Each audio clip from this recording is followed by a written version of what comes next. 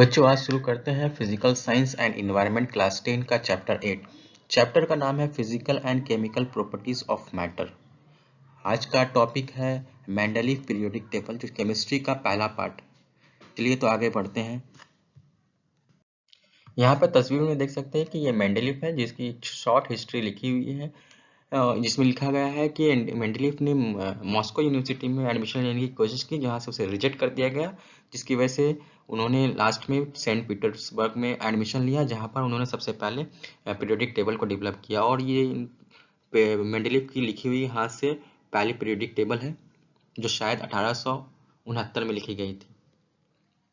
आइए अब हम आगे बढ़ते हैं। मेंडलीव ने तमाम अनासिर को उसके बढ़ते हुए एटॉमिक वेट के हिसाब से एक टेबल में सजाया है, जिसे मेंडलीव पीरियोडिक टेबल कहा जाता है। इस टेबल में कुल 7 पीरियड और 9 ग्रुप्स हैं।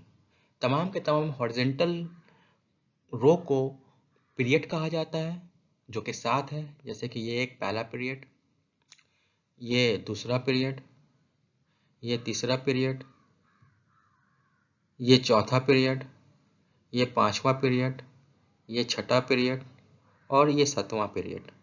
और तमाम के तमाम वर्टिकल कॉलम को ग्रुप कहा जाता है। कुल 9 ग्रुप से आप देख सकते हैं कि ये पहला ग्रुप, ये दूसरा ग्रुप, ये तीसरा ग्रुप, ये चौथा ग्रुप, ये पांचवा ग्रुप, ये छठा ग्रुप, ये सातवां ग्रुप, ये आठवां ग्रुप और ये 0 ग्रुप को 9वां ग्रुप कहा जाता है। अब मजीद ये है कि हर ग्रुप को मेंडलीव ने 2 हिस्सों में बांटा, यानी ग्रुप 1A और 1B, 2A और 2B, 3A और 3B। इसी तरह से ये चलता हुआ ग्रुप 7 तक पहुंचता, यानी 7A और 7B। उसके बाद 8वां ग्रुप आता है और उसके बाद 0 ग्रुप आता है। मेंडलीव ने 1A के तहत बहुत सारे अनासिर को रखा और 1B के तहत बहुत सारे अनासिर को रखा। इसी तरह 2A के तहत बहुत से अनासिर को रखा और 2B के तहत बहुत सारा अनासिर को रखा। इसी तरह से चलता हुआ ये 7A और 7B तक पहुंचता है, यानी 7A के तहत बहुत सारे अनासिर को रखा गया और 7B के तहत बहुत सारे अनासिर को रखा गया। उसके बाद आता है ग्रुप 8, इसे ट्रांजिशन एलिमेंट कहा जाता है। और आखिरी वाले ग्रुप को में जो तमाम के तमाम अनासिर जो है नोबेल गैसेस हैं। मजीद ये कि पहले पीरियड को उन्होंने शॉर्ट पीरियड कहा, जैसे कि जिसमें सिर्फ 2 अनासिर मौजूद है, जैसे कि हाइड्रोजन और हीलियम। दूसरे और तीसरे पीरियड में उन्होंने कुल 8 अनासिर को रखा, जैसे lithium, Be, boron, carbon, nitrogen, oxygen, fluorine और नियोन। तीसरे में भी उन्होंने 8 अनासिर को रखा, आप गिन सकते हैं। इन दोनों पीरियड को शॉर्ट पीरियड कहा जाता है। चौथे और पांचवें पीरियड को लॉन्ग पीरियड कहा जाता है, क्योंकि इसमें 18 अनासिर मौजूद हैं, यानी चौथे पीरियड में भी 18 अनासिर मौजूद हैं और पांचवें पीरियड में भी 18 अनासिर मौजूद हैं। छठे पीरियड में कुल 32 अनासिर मौजूद है, इसलिए इसे वेरी लॉन्ग पीरियड कहा जाता है। और सातवें पीरियड को कहा जाता है इनकम्प्लीट पीरियड। मेंडलीव ने 57 एटॉमिक नंबर से 71 एटॉमिक नंबर वाले तमाम अनासिर को एक साथ एक ही खाना में रखा, जिसे लैंथेनाइड्स कहा जाता है। आप देख सकते हैं तमाम लैंथेनाइड्स में मौजूद तमाम अनासिर को यहाँ मैंने दिखाया है। उसके बाद उन्होंने इनकम्प्लीट पीरियड में 89 एटॉमिक नंबर से लेकर 103 एटॉमिक नंबर वाले अनासिर को एक साथ रखा है, जिन्हें आप यहाँ पर देख सकते हैं। यानी कि 89 के बाद 90, 91, 92 से लेकर 103 एटॉमिक नंबर वाले तमाम अनासिर को इसी खाने में रखा है उन्होंने। मजीद ये कि मेंडलीव ने पीरियोडिक टेबल के ऊपर एक लॉ दिया, जिसे मेंडलीव पीरियोडिक लॉ कहा जाता है, जिसके मुताबिक अनासिर के तबी और कीमियाई खास इसके एटॉमिक वेट के पीरियोडिक फंक्शन होते हैं। यानी जैसे जैसे अनासिर के एटॉमिक वेट में तब्दीली होगी, उसकी तबी और कीमियाई खास में भी तब्दीली होती जाएगी। आइए अब मेंडलीव पीरियोडिक टेबल के हर एक ग्रुप के बारे में तफसील से जानने की कोशिश करते हैं। बच्चों, इससे पहले कि हम मेंडलीव के पीरियोडिक टेबल का हम तफसीली से मुताला करें, आइए हम मेंडलीव के पीरियोडिक टेबल के कुछ फवायद और कुछ खामियां को जान लेते हैं। बच्चों, एग्जाम के लिए आप लोगों को कम से कम 2 खूबियों यानी फवायद को और 2 खामियों को याद रखना होगा। आइए देखते हैं कि मेंडलीव पीरियोडिक टेबल के कौन कौन से फवायद हैं। पहला, इसकी मदद से अनासिर और इनके तबी और कीमियाई खास को जानने में मदद मिलती है। इसकी मदद से किसी भी अंसर की वैलेंसी आसानी से मालूम की जा सकती है। इसकी मदद से किसी भी अंसर का एटॉमिक मास या एटॉमिक वेट को मालूम कर सकते हैं, वगैरह वगैरह। आइए मेंडलीव पीरियोडिक टेबल की कुछ खामियों को जानने की कोशिश करें। पहला ये कि मुख्तलिफ एटॉमिक वेट के लिहाज से आइसोटोप्स के लिए कोई पोजीशन मौजूद नहीं है। दूसरा, कुछ अनासिर को जिनके एटॉमिक वेट ज़्यादा थे, इन्हें कम एटॉमिक वेट वाले अनासिर से पहले क्यों रखा गया है, जैसे कि आर्गन जिसका वेट 39.944 है, उसको पहले रखा गया है पोटासियम से जिसका एटॉमिक वेट 39.102 है। तीसरा ये कि हाइड्रोजन के लिए पीरियोडिक टेबल में कोई सही मुकाम नहीं मिल पाया। जैसे जैसे साइंस तरक्की करती गई और नए नए अनासिर की दरियाफ्त होती गई, वैसे वैसे पीरियोडिक टेबल में भी तब्दीली होती गई और जो दौर जदीद में दिखने वाला पीरियोडिक टेबल कुछ इस तरह का नज़र आता है, जिसे मॉडर्न पीरियोडिक टेबल कहते हैं। इस पीरियोडिक टेबल में कुल 7 पीरियड्स और 18 ग्रुप्स हैं, जबकि पहले वाले पीरियोडिक टेबल में कुल 7 पीरियड और 9 ग्रुप्स हुआ करते थे। आप देख सकते हैं कि ये पहला पीरियड है जिसमें 2 अनासिर को रखा गया है। ये दूसरा पीरियड है जिसमें 8 अनासिर को रखा गया है। ये तीसरा पीरियड है, ये चौथा पीरियड है, ये 5वां पीरियड है और ये छठा पीरियड है और ये 7वां पीरियड है जिसे इनकम्प्लीट पीरियड कहते हैं। इसी तरह से ये पहला ग्रुप है, ये दूसरा ग्रुप है, ये तीसरा ग्रुप है, इसी तरह से ये चलता गया और यहाँ जब हम पहुँचते हैं तो ये 16वां ग्रुप, ये 17वां ग्रुप और ये 18वां ग्रुप। आप देख सकते हैं यहाँ लिखा है कि ग्रुप 1 के अनासिर को अल्कली मेटल कहते हैं, यानी लिथियम, सोडियम, पोटासियम वगैरह को अल्कली मेटल कहते हैं, जबकि ग्रुप 2 के अनासिर को अल्कलाइन अर्थ मेटल कहते हैं, जैसे कि बेरिलियम, मैग्नीशियम, कैल्शियम वगैरह। इन तमाम अनासिर को कहते हैं अल्कलाइन अर्थ मेटल। जबकि हल्के ब्लू वाले खानी में रखे हुए अनासिर जैसे कि स्कैंडियम, टिटानियम, वैनेडियम वगैरह, यानी ग्रुप 3 से ग्रुप 12 के बीच में रखे गए अनासिर को ट्रांजिशन मेटल कहते हैं। मजीद ये कि जिन अनासिर को नीले रंग से दिखाया गया है, यानी ब्लू रंग से दिखाया गया, वो तमाम के तमाम अनासिर गैसीय हालत में पाए जाते हैं, जैसे nitrogen, oxygen, fluorine, helium, neon वगैरह वगैरह। जिन अनासिर को लाल रंग से दिखाया गया वो रकीक हालत में पाए जाते हैं, जैसे मरकरी और ब्रोमीन, जबकि जिन अनासिर को काले कलर से दिखाया गया है वो ठोस हालत में पाए जाते हैं। और कुछ अनासिर को सफ़ेद रंग से दिखाया गया है जिसे सिंथेटिक अनासिर कहते हैं, यानी कि इस तरह के अनासिर नेचुरली तौर पर मौजूद नहीं होते बल्कि इसे बनाया जाता है। इस तरह के अनासिर को ट्रांसयूरेनिक एलिमेंट्स भी कहा जाता है, यानी यूरेनियम जिसके एटॉमिक नंबर 92 है, इसके बाद से शुरू होने वाले तमाम अनासिर को ट्रांसयूरेनिक एलिमेंट्स कहा जाता है। मजीद आप देखेंगे कि ऐसे अनासिर जिनके एटॉमिक वेट 57 है से शुरू होकर 71 तक है, वो तमाम के तमाम अनासिर को एक जगह एक खाने में रखा गया है, जिसका लिस्ट यहाँ पर दिया गया है, आप देख सकते हैं। और इन तमाम अनासिर को लैंथेनाइड्स कहा जाता है। जबकि ऐसे अनासिर जिनके एटॉमिक वेट 89 से शुरू होकर 103 तक है, वो तमाम अनासिर को एक ही खाना में रखा गया है। इन तमाम अनासिर के मजमूओं को एक्टिनाइड्स कहा जाता है, जिसका लिस्ट यहाँ पर दिया गया है। ऐसे अनासिर जिसमें मेटल और नॉन मेटल दोनों की खासियत पाई जाती है, उसे लाल रंग से दिखाया गया है। आप देख सकते हैं बोरोन, सिलिकॉन, आर्सेनिक वगैरह तमाम के तमाम अनासिर को मेटलॉइड भी कहते हैं। मजीद ये है कि मेंडलीव के पीरियोडिक लॉ में भी कुछ तब्दीली की गई है और जिसे मॉडर्न पीरियोडिक लॉ कहा जाता है, जो कुछ इस तरह है कि अनासिर के तबी और कीमियाई खास इनके एटॉमिक नंबर के पीरियोडिक फंक्शन होते हैं, जबकि पुराने वाले पीरियोडिक लॉ में कुछ इस तरह से दिखाया गया था कि अनासिर के तबी और कीमियाई खास इसके एटॉमिक वेट के पीरियोडिक फंक्शन होते थे। यानी पुराने वाले लॉ में यहाँ पर वेट यूज किया गया था, एटॉमिक वेट, जबकि मॉडर्न पीरियोडिक लॉ में यहाँ यूज किया गया है एटॉमिक नंबर, यानी कि अनासिर के तबी और कीमियाई खास इनके एटॉमिक नंबर के पीरियोडिक फंक्शन होते हैं। बच्चों आइए अब हम आगे बढ़ते हैं। आइए अब हम मुख्तलिफ ग्रुप के अनासिर की खसूसियात को जानने की कोशिश करते हैं। पहला होता है अल्कली मेटल्स। अल्कली मेटल किसे कहते हैं, तो उसका जवाब है कि ग्रुप 1 में मौजूद अनासिर जैसे लिथियम, सोडियम, पोटासियम, रुबिडियम वगैरह को अल्कली मेटल्स कहते हैं। उसके बाद अगर एग्जाम में पूछा जाए कि अल्कलाइन अर्थ मेटल किसे कहते हैं तो जवाब होगा कि ग्रुप 2 में मौजूद अनासिर जैसे बेरिलियम, मैग्नीशियम, ये देखिए beryllium, magnesium, calcium, strontium, barium और रेडियम वगैरह अनासिर को कहते हैं अल्कलाइन अर्थ मेटल। अब आते हैं हैलोजेंस किसे कहते हैं, तो जवाब होगा कि ग्रुप 17, ये देखिए ग्रुप 17, उसमें मौजूद अनासिर जैसे फ्लोरीन, क्लोरीन, ब्रोमीन, आयोडीन वगैरह को हैलोजेंस कहते हैं। अगर एग्जाम में कहा जाए कि जामिद गैस की तारीफ करो तो जवाब होगा कि ग्रुप 18 में मौजूद तमाम अनासिर helium, neon, argon, krypton, xenon और रेडन को इनर्ट गैस कहा जाता है। आप यहाँ देख सकते हैं ये ग्रुप 18 है, इसमें मौजूद helium, neon, argon, krypton, xenon और रेडन है। इन्हीं गैसों को इनर्ट गैस कहा जाता है। इन गैसों का एक और भी नाम है यानी कि ब्रिज एलिमेंट। इन अनासिर को ब्रिज एलिमेंट भी कहा जाता है। इसकी वजह यह है कि ये मोस्ट इलेक्ट्रोनेगेटिव एलिमेंट जैसे फ्लोरीन, क्लोरीन, ब्रोमीन, आयोडीन और मोस्ट इलेक्ट्रोपॉजिटिव एलिमेंट जैसे लिथियम, सोडियम, पोटाशियम वगैरह के दरमियान एक ब्रिज का काम करता है।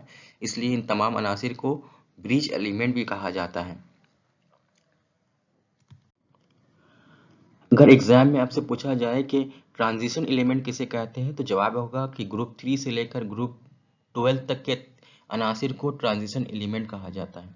आप यहाँ पे देख सकते हैं ये ग्रुप 3, ये ग्रुप 4, ये ग्रुप 5, इसी तरह से यहाँ ग्रुप 12 तक के तमाम अनासिर जो है इन्हीं तमाम अनासिर को ट्रांजिशन एलिमेंट कहा जाता है। मजीद कभी कभी एग्जाम में ये भी पूछा जाता है कि हाइड्रोजन को नॉटी एलिमेंट क्यों कहा जाता है, तो इसका जवाब होगा कि हाइड्रोजन के कुछ ख़ास अल्कली मेटल से मिलते हैं यानी ग्रुप 1 के अनासिर से मिलते हैं, यानी कि हाइड्रोजन के ख़ास लिथियम, सोडियम, पोटासियम वगैरह से मिलते हैं। और हाइड्रोजन की कभी कभी कुछ खास नेगेटिव एलिमेंट जैसे फ्लोरीन, क्लोरीन, ब्रोमीन और आयोडीन से भी मिलते हैं। यही वजह है कि ये डिसाइड करना मुश्किल है कि हाइड्रोजन को ग्रुप ए पर रखा जाए या ग्रुप 17 पे रखा जाए। इसीलिए हाइड्रोजन को नॉटी एलिमेंट या रॉज एलिमेंट भी कहते हैं।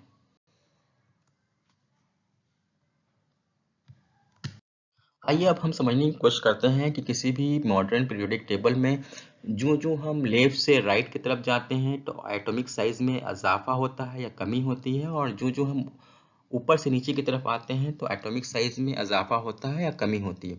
आप इस नक्शे को देखकर आसानी से समझ सकते हैं कि जो हम किसी भी ग्रुप में ऊपर से नीचे की तरफ जाते हैं एटॉमिक साइज में इजाफा होता जाता है। यानी आप कह सकते हैं लिथियम का साइज, एटम का साइज छोटा है या रेडियस छोटा है, उससे बड़ा साइज सोडियम का है, उससे बड़ा रेडियस या साइज पोटाशियम का है, उससे बड़ा साइज रुबिडियम का है, जिसे आप यहाँ से देखकर आसानी से समझ सकते हैं। उसी तरह आप कह सकते हैं किसी भी पीरियड में अगर हम लेफ्ट से राइट की तरफ जाएंगे तो एटॉमिक साइज छोटा होता जाएगा, जिसे आप यहाँ देखकर आसानी से समझ सकते हैं कि हम जैसे जैसे हम लेफ्ट से राइट की तरफ जा रहे हैं एटॉम के साइज में कमी होती जा रही है। जैसे आप इसलिए आप कह सकते हैं कि लिथियम का साइज, एटम का साइज सबसे बड़ा है, उससे छोटा बेरिलियम का है, उससे छोटा बोरॉन का है, उससे छोटा कार्बन का है। यानी जो हम लेफ्ट से राइट की तरफ जाएंगे साइज में कमी होती जाएगी, और जो अप से डाउन की तरफ होते जाएंगे साइज में इजाफा होते जाएगा। आइए अब हम समझने की कोशिश करते हैं किसी भी मॉडर्न पीरियोडिक टेबल में किसी मादे के डेंसिटी में किस तरह का तब्दीली वाक़ई होता है। तो आप देख सकते हैं इस नक्शे में आसानी से कि जैसे जैसे हम लेफ्ट से राइट की तरफ जा रहे हैं किसी भी मादे का या अनसर का डेंसिटी इजाफा होते जा रहा है, लेकिन एक खास जगह पे आने के बाद मैक्सिमम होने के बाद फिर दोबारा ये घटता जा रहा है। तो इसका मतलब हम लेफ्ट से राइट की तरफ जाएंगे तो डेंसिटी में इजाफा होगा, और राइट से लेफ्ट की तरफ जाएंगे भी तो डेंसिटी में इजाफा होगा, और दरमियान और अगर ऊपर से नीचे की तरफ जाएंगे तब भी डेंसिटी में इजाफा होगा। तो आप कह सकते हैं किसी भी मॉडर्न पीरियोडिक टेबल में लेफ्ट के साइड के अनासिर का डेंसिटी कम होता है और राइट के साइड के अनासिर का डेंसिटी कम होता है, और दरमियानी अनासिर का डेंसिटी सबसे ज़्यादा होता है। और इसी तरह अगर ऊपर से हम नीचे की तरफ जाएंगे तो ऊपर से नीचे की तरफ जाने से अनासिर की डेंसिटी में इजाफा होता है, जिसे आप इस नक्शे से देख सकते हैं। आइए अब हम समझने की कोशिश करते हैं किसी भी मॉडर्न पीरियोडिक टेबल में इलेक्ट्रोनेगेटिविटी किस तरह से तब्दील होती है। तो आप जिस तरह से मैंने नक्शा में दिखाया है कि किसी भी पीरियड में लेफ्ट से अगर राइट की तरफ मूव करेंगे तो इलेक्ट्रोनेगेटिविटी बढ़ती जाती है। एरो का निशान ये बता रहा है कि लेफ्ट से राइट की तरफ जाने से इलेक्ट्रोनेगेटिविटी बढ़ती जाती है। उसी तरह ये एरो का निशान ये बता रहा है कि जैसे नीचे से ऊपर की तरफ जाएंगे तो इलेक्ट्रोनेगेटिविटी बढ़ती जाएगी। यानी कि आप कह सकते हैं कि इलेक्ट्रोनेगेटिविटी सबसे कम होता है लिथियम का, उससे ज़्यादा होता है बेरिलियम का, उससे ज़्यादा होता है बोरॉन का। इस तरह से चलते चलते जब हम फ्लोरीन में पहुंचते हैं तो इसका इलेक्ट्रोनेगेटिविटी सबसे ज़्यादा होता है। उसी तरह अगर हम किसी भी ग्रुप में नीचे से ऊपर की तरफ जाएंगे तो इलेक्ट्रोनेगेटिविटी बढ़ते जाएगी। अगर हम नीचे से आयोडीन से चलते हैं तो आयोडीन का इलेक्ट्रोनेगेटिविटी कम होता है, उससे ज़्यादा ब्रोमीन का होता है, उससे ज़्यादा क्लोरीन का होता है, उससे ज़्यादा फ्लोरीन का होता है। यानी आप किसी पीरियोडिक टेबल में कह सकते हैं कि सबसे ज़्यादा इलेक्ट्रोनेगेटिविटी जिस एलिमेंट का होता है उसका नाम फ्लोरीन है। अच्छा, इसको हम इस तरह से हम टेबल के शक्ल में भी दिखा सकते हैं, यानी कि सबसे कम जो इलेक्ट्रोनेगेटिविटी होता है लिथियम का होता है, उससे उससे ज़्यादा होता है बेरिलियम का, उससे ज़्यादा होता है कार्बन का, उससे ज़्यादा होता है नाइट्रोजन का, उससे ज़्यादा होता है फ्लोरीन का, उससे ज़्यादा होता है सॉरी उससे ज़्यादा होता है ऑक्सीजन का, उससे ज़्यादा होता है फ्लोरीन का। या अगर हम नीचे से ऊपर से नीचे की तरफ जाएंगे तो हम कह सकते हैं कि सबसे ज़्यादा होता है फ्लोरीन का, उससे कम होता है क्लोरीन का, उससे कम होता है ब्रोमीन का और सबसे कम होता है आयोडीन का। तो आप कह सकते हैं कि किसी भी पीरियोडिक टेबल में जो सबसे इलेक्ट्रोनेगेटिव एलिमेंट होता है वो फ्लोरीन होता है। आइए अब हम समझने की कोशिश करते हैं कि आयोनाइजेशन एनर्जी किस तरह से मॉडर्न पीरियोडिक टेबल में अक्रॉस द ग्रुप और अक्रॉस द पीरियड चेंज होता है। यानी कि अगर हम लेफ्ट से राइट की तरफ जाएंगे तो आयोनाइजेशन एनर्जी किस तरह से चेंज करेगी, और अगर हम ऊपर से नीचे की तरफ जाएंगे तो आयोनाइजेशन एनर्जी किस तरह से चेंज करेगी। तो आप देख सकते हैं मैंने एरो के निशान से दिखाया है कि जैसे जैसे आप लेफ्ट से राइट की तरफ जा रहे हैं आयोनाइजेशन एनर्जी में इजाफा होता जाता है, और जैसे जैसे ऊपर से नीचे की तरफ जाएंगे आयोनाइजेशन एनर्जी में कमी होती जाती है। तो आप कह सकते हैं कि लिथियम का आयोनाइजेशन एनर्जी कम होता है, उससे ज़्यादा होता है बेरिलियम का, उससे ज़्यादा होता है बोरॉन का, उससे ज़्यादा होता है कार्बन का, उससे ज़्यादा होता है नाइट्रोजन का। इसी तरह से आप चलते जाइए लेफ्ट से राइट की तरफ तो आयनाइजेशन एनर्जी बढ़ते जाएगा। और अगर हम ऊपर से नीचे की तरफ जाते हैं तो आयनाइजेशन एनर्जी घटती जाती है। जैसे कि हम कह सकते हैं लिथियम का आयनाइजेशन एनर्जी ज़्यादा है, सोडियम का और कम है, पोटाशियम का और कम है। इसी तरह से ऊपर से नीचे की तरफ जाने से आयोनाइजेशन एनर्जी घटते जाएगी। यानी आप कह सकते हैं कि लेफ्ट टू राइट किसी भी पीरियड में आयनाइजेशन एनर्जी में इजाफा होता है, और ऊपर से नीचे के ग्रुप में आने पर आयनाइजेशन एनर्जी में कम होते जाते हैं। ऊपर से नीचे से कम होने का मतलब है नीचे से ऊपर जाएंगे तो इजाफा होते जाएगी। आइए अब समझने की कोशिश करते हैं कि मेल्टिंग पॉइंट और बॉइलिंग पॉइंट का पीरियोडिक टेबल में क्या रिलेशन है। तो आप देखेंगे कि मैंने यहाँ पे दिखाया है कि जो जो हम लेफ्ट से राइट की तरफ जाते हैं तो मेल्टिंग पॉइंट या बॉइलिंग पॉइंट में इजाफा होता जाता है, और यहाँ पर जो जो हम यहाँ से लेफ्ट से राइट से लेफ्ट की तरफ जाते हैं तो तब भी मेल्टिंग पॉइंट और बॉइलिंग पॉइंट में इजाफा होता जाता है। इसका मतलब ये हुआ कि लेफ्ट साइड के अनासिर के मेल्टिंग पॉइंट या बॉइलिंग पॉइंट कम होते हैं और राइट साइड के अनासिर के मेल्टिंग पॉइंट और बॉइलिंग पॉइंट कम होते हैं। लेकिन जो जो हम दरमियानी अनासिर की तरफ पहुंचते हैं तो इनके मेल्टिंग पॉइंट और बॉइलिंग पॉइंट बढ़ते जाते हैं। आइए अब समझने की कोशिश करते हैं कि किसी भी पीरियोडिक टेबल में ऑक्सीडाइजिंग प्रॉपर्टी किस तरह से तब्दील होती है या रिड्यूसिंग प्रॉपर्टी किस तरह से तब्दील होती है। तो किसी भी पीरियोडिक टेबल में अगर हम लेफ्ट से राइट की तरफ जाएंगे तो अनासिर की ऑक्सीडाइजिंग प्रॉपर्टी जो है बढ़ते जाएगी, यानी इसकी ऑक्सीडाइज करने की सलाहियत बढ़ते जाएगी। यानी कि अगर हम कहेंगे कि लिथियम की ऑक्सीडाइज करने की सलाहियत सबसे कम होती है, उससे ज़्यादा बेरिलियम का होता है, उससे ज़्यादा बोरॉन का, और इस तरह से लेफ्ट से राइट की तरफ जाएंगे तो ऑक्सीडाइजिंग प्रॉपर्टी बढ़ते जाएगी। और अगर हम कहेंगे ये रिड्यूसिंग प्रॉपर्टी, तो अगर लेफ्ट से राइट में ऑक्सीडाइजिंग प्रॉपर्टी बढ़ रहा है तो इसका मतलब होता है कि लेफ्ट से राइट में रिड्यूसिंग प्रॉपर्टी घट रहा है। ठीक इसी तरह अगर हम किसी भी ग्रुप में ऊपर से नीचे की तरफ जाएंगे तो ऑक्सीडाइजिंग प्रॉपर्टी घटते जाएगी। यानी कि हम सबसे ज़्यादा ऑक्सीडाइजिंग प्रॉपर्टी यानी पावरफुल ऑक्सीडाइजिंग एजेंट जो होता है फ्लोरीन होता है, उससे कम क्लोरीन होता है, उससे कम ब्रोमीन होता है, उससे कम आयोडीन होता है। तो अगर ऊपर से नीचे की तरफ जाने से ऑक्सीडाइजिंग प्रॉपर्टी घट रही है तो इसका मतलब होता है कि ऊपर से नीचे की तरफ जाने से रिड्यूसिंग प्रॉपर्टी बढ़ेगी। याद रखिए कि ऑक्सीडाइजिंग प्रॉपर्टी और रिड्यूसिंग प्रॉपर्टी बिल्कुल एक दूसरे के मुखालिफ है। अगर किसी तरफ ऑक्सीडाइजिंग प्रॉपर्टी बढ़ रही है तो उसका मतलब हो रहा है कि वहां पर रिड्यूसिंग प्रॉपर्टी घट रही है, और ऊपर से नीचे की तरफ जाने पर अगर ऑक्सीडाइजिंग प्रॉपर्टी घट रही है तो इसका मतलब ऊपर से नीचे जाने पर रिड्यूसिंग प्रॉपर्टी इजाफा हो रही है। आप यहाँ पर टेबल में देख सकते हैं कि फ्लोरीन जो सबसे ज़्यादा स्ट्रॉन्ग ऑक्सीडाइजिंग एजेंट है, उससे कम ताकतवर ऑक्सीडाइजिंग एजेंट या ऑक्सीडाइजिंग प्रॉपर्टी क्लोरीन का होता है, उससे कम ब्रोमीन का, उससे कम आयोडीन का। जबकि रिड्यूसिंग प्रॉपर्टी सबसे ज़्यादा होता है लिथियम का, उससे कम होता है सोडियम का, उससे कम होता है पोटाशियम का, उससे कम होता है रुबिडियम का, उससे कम होता है सीसियम का। हमने देखा कि किसी भी पीरियोडिक टेबल में आप जो जो लेफ्ट से राइट की तरफ जाते हैं, राइट से लेफ्ट की तरफ आते हैं या ऊपर से नीचे की तरफ जाते हैं, तो तमाम अनासरी ख़ास जैसे melting point, boiling point, atomic size, density वगैरह एक ख़ास अंदाज में बढ़ती या घटती हुई नज़र आती हैं। इसे इसे अनासिर के पीरियोडिक प्रॉपर्टी कहते हैं। लेकिन कुछ ऐसे भी प्रॉपर्टीज़ होते हैं जो पीरियोडिक टेबल में इस खास अंदाज में बढ़ते या घटते हुए नज़र नहीं आते हैं। इसकी इस तरह की प्रॉपर्टी की एक मिसाल रेडियो एक्टिविटी है। अनासिर के तमाम ख़वास को मैंने एक टेबल में समराइज़ करने की कोशिश की ताकि आपको याद रखने में आसानी हो। आप यहाँ पर देख सकते हैं कि आयोनाइजेशन एनर्जी लेफ्ट से राइट की तरफ इजाफा होता है और नीचे से ऊपर की तरफ इजाफा होता है। इसी तरह इलेक्ट्रोनेगेटिविटी लेफ्ट से राइट की तरफ इजाफा होता है और नीचे से ऊपर की तरफ इजाफा होता रहता है। मजीद ये कि इलेक्ट्रॉन एफिनिटी भी लेफ्ट से राइट की तरफ इजाफा होता है और नीचे से ऊपर की तरफ इजाफा होता रहता है।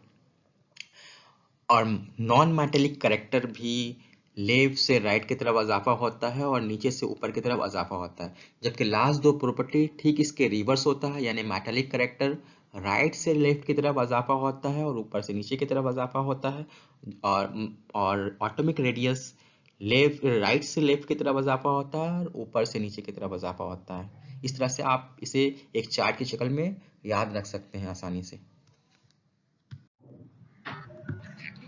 तो बच्चों, आपको अगर हमारा वीडियो पसंद आया हो तो इस तरह की मज़ीद वीडियोस के लिए आप YouTube पर जाकर फ्रासा एडुक्लॉट को सर्च करें और इसे सब्सक्राइब कर दें और साथ ही बेल आइकन को प्रेस कर दें ताकि हर नई आने वाली वीडियो की जानकारी सबसे पहले आप तक पहुंच जाए। मज़ीद ये कि आप फ्रासा एडुक्लॉट को फेसबुक, इंस्टाग्राम और टेलीग्राम पर फॉलो करते रहें ताकि सब्जेक्ट से मुतल्लिक नई जानकारी आप तक पहुंचती रहे।